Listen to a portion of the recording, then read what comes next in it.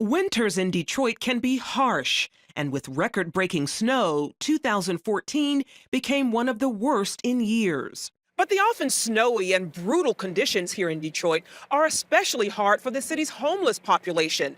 But one organization is meeting the need, one life at a time. Some 20,000 are homeless, and many must sleep on the street.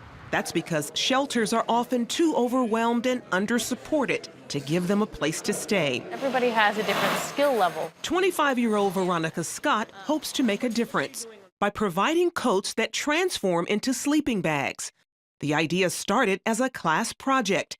Her assignment: make something that people really need.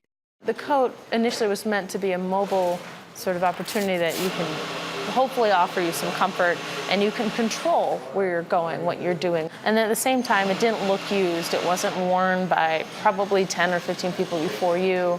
It was made specifically new for that person. After finally coming up with the right design, she took the coats to those who need it the most, earning her a nickname among the homeless. I was trying to make this into another semester's project and decided, you know what?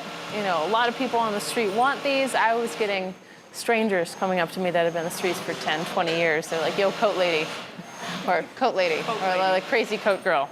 I have a couple street names. I'm very proud of them to this day. Then, at a local shelter, she discovered the jackets were just a Band-Aid for a deeper problem. I was really proud, and as I was leaving, a woman was like, tried to stop me and was full on screaming at me and had to be physically restrained. She was so mad. And I was like, oh, like, why? What happened? And I walked up to her, introduced myself, and she said, what you're doing is pointless. We don't need coats. We need jobs. That prompted her to take her service to a higher level.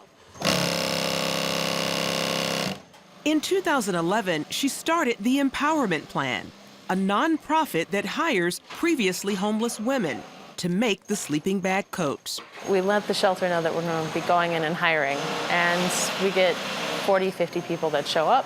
But I think we're evaluating people not for what's written on paper, but for the potential that could be there. Scott admits her idea came with a challenge because none of the women knew how to sew. I never thought that I would be able to handle a heavy-duty machine like this one. I love it. It's really like a 3-month-long intensive teaching process. A month where you're just being paid to learn how to sit in front of a sewing machine. They're very intimidating. It is like a car motor attached to a needle. It is kind of scary in the beginning, and work from paper all the way up into fabric and then slowly work your way onto the floor. And we've never had anybody from age 18 to 61 not make it through that training process. In 2014, the Empowerment Plan distributed 4,500 coats. Now, with 20 full-time seamstresses, this year's goal is 6,500. Scott's tireless work has even earned her a spot on Forbes' 30 Under 30 social entrepreneurs list. But she's quick to point out it's a team effort. I did a part of it, and it was really them that picked up all the other pieces. I'm really lucky to have such an amazing team. Employees say they are grateful for a second chance and a place to call home. This opportunity came at, it's like the right time, the perfect time, which has helped me tremendously because now I just closed on my house about a week ago. Now that I've been here for 2 years, next month, I feel way more independent. I feel like my mentality has changed a lot, and I feel myself being elevated every day. When Merle Bryant lost her job in 2009, she spent many nights sleeping in her car before becoming part of the Empowerment Plan. She now feels blessed to help others struggling to make it. I see people wearing them now all the time. I tell them I made that coat, and they just so happy. Even on the bus, I will see people wearing them. When I make this coat, I think about the people less fortunate than me and to put a smile on their face. Star Lloyd says this opportunity has given her life purpose. I really was on the verge of giving up and didn't really care anymore. But working here makes me want to get up and do something with myself, put some clothes on.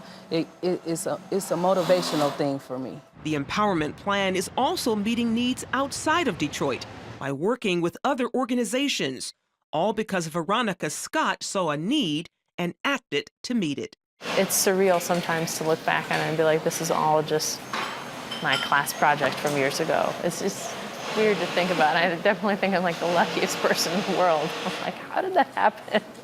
Charlene Aaron, CBN News, Detroit, Michigan.